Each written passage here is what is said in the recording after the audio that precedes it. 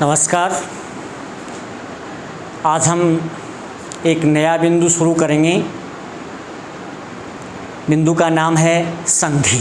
देखिए,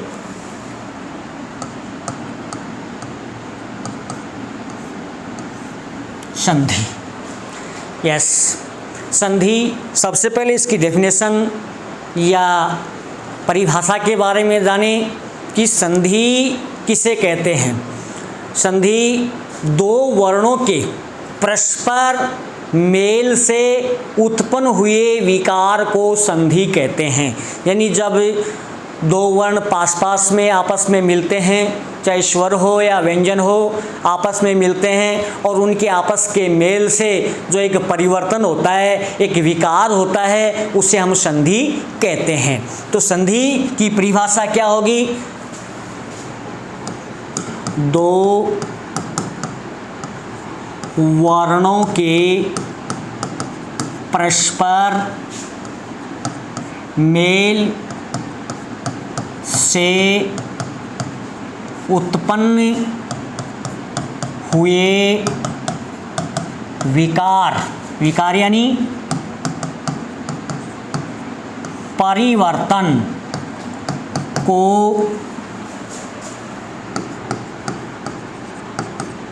संधि कहा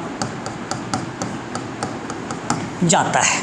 देखिए, सबसे पहले हम जानें कि संधि क्या है। दो वर्णों का परस्पर मेल होता है और उस मेल से जो विकार उत्पन्न होता है उसे हम संधि कहते हैं। इसके बारे में विस्तार से जानेंगे। वर्णों के बारे में आप अच्छी तरह से जानते हैं, फिर से हम देखेंगे वर्ण, उनका मेल कैसे होता है और उनसे जो विकार उत्पन्न होता है उसे हम संधि कहते हैं। देखिए, संधि जानने के लिए आपको वर्ण जानना है। वर्ण जिनकी संख्या 52 होती है, जिसमें स्वर और व्यंजन इनके आपस के मेल से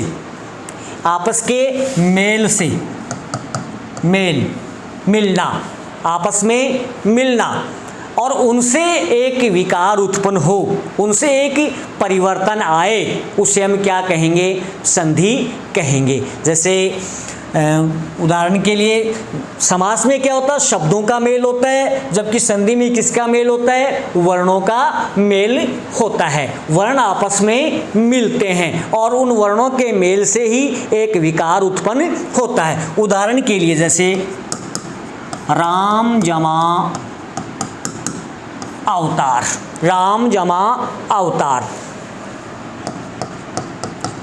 सप्त जमा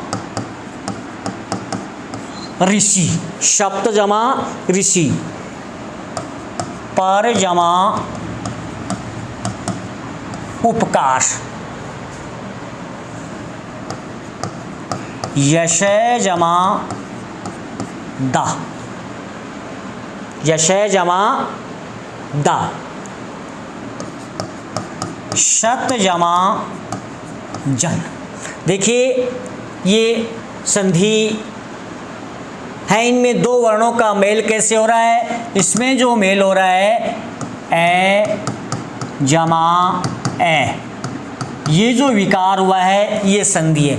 यहाँ ए है, यहाँ ए है, दोनों का मेल हुआ है, आ बना है और इसी विकार को हम क्या कहते हैं? संधि कहते हैं। इसी प्रकार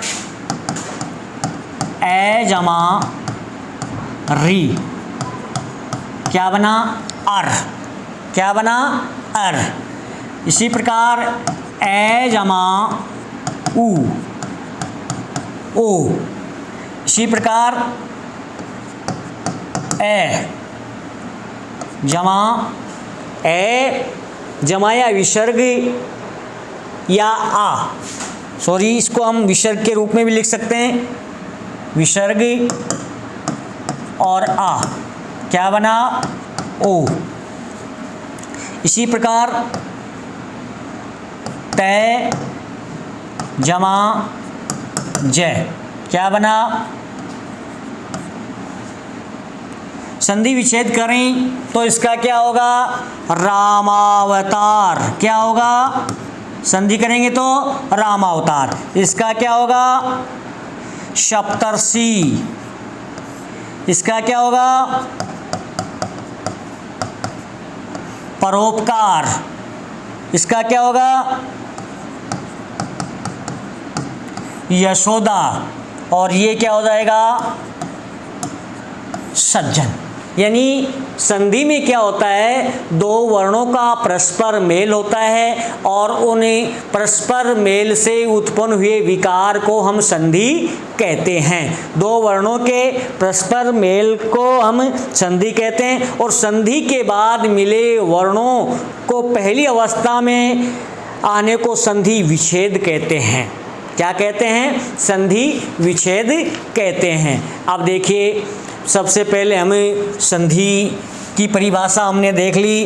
दो वर्णों के परस्पर मेल को हम संधि कहते हैं। दो वर्णों के परस्पर मेल को हम संधि कहते हैं। तो संधि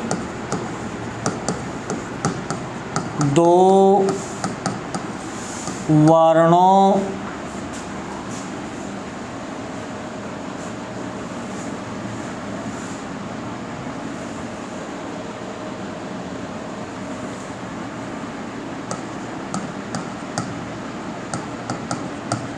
परस्पर मेल से, दो वर्णों के परस्पर मेल से, परस्पर का मतलब क्या होता है? आपस में, परस्पर मेल से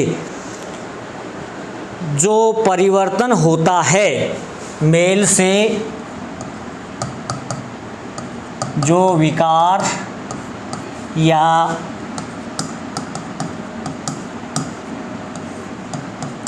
परिवर्तन होता है उसे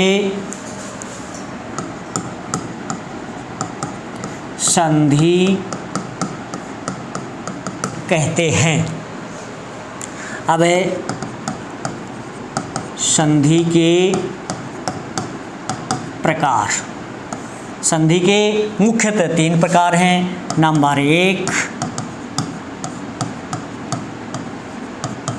स्वर संधि, नंबर 2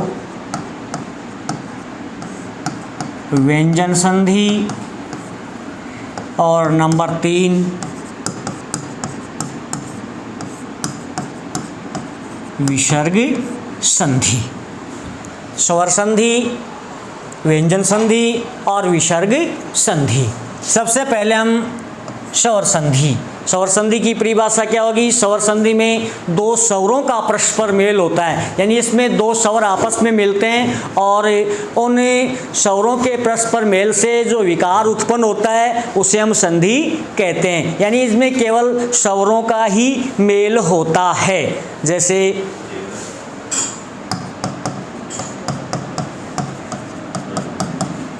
अवतार, धर्म, आत्मा, किसका मेल हुआ है? ए और ए का मेल हुआ है और जो विकार हुआ है वो है आ। तीसरे में भी ए और आ का मेल हुआ है और जो विकार हुआ है वो हुआ है आ। यानी स्वर संधि में परस्पर स्वरों का मेल होता है। अब व्यंजन संधि, व्यंजन संधि में क्या होता है? जिन ध्वनियों में संधि हो रही है उनमें से एक या दो व्यंजन हो। व्यंजन और स्वर का मेल भी हो सकता है और व्यंजन का मेल भी हो सकता है, आपसी मेल। स्वर या व्यंजन का जो मेल होता है और उनसे जो विकार उत्पन्न होता है उसे हम क्या कहते हैं? स्वर संधि। जैसे अभी हमने पढ़ा सत्य जमा जन, क्या होगा? सज्जन। यहाँ भी स्वर है और यहाँ जय है, क्या हो जाएगा? सज्जन। तो यहाँ स्वर और व्यंजन का मेल है। इसी तरह से सत्य जमा मार्ग, सन्मार्ग, क्या हो जाएगा? सन्मार्ग।